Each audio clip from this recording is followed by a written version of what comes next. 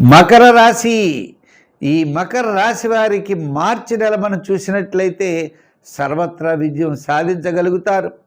కుటుంబ ఆర్థిక సంతానపరమైన వ్యవహారాలు చాలా ప్రోత్సాహకరంగా ఉంటాయి.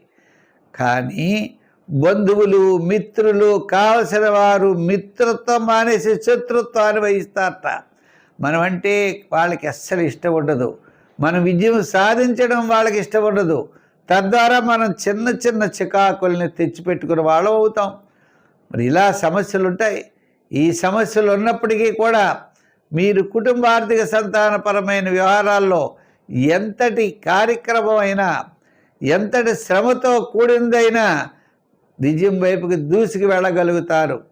ఈ యొక్క మార్చి నెల ఈ మకర రాశి వారికి అత్యంత శ్రేయోదాయకమైన అత్యంతమై అనుకూలమైనటువంటి మాసంగా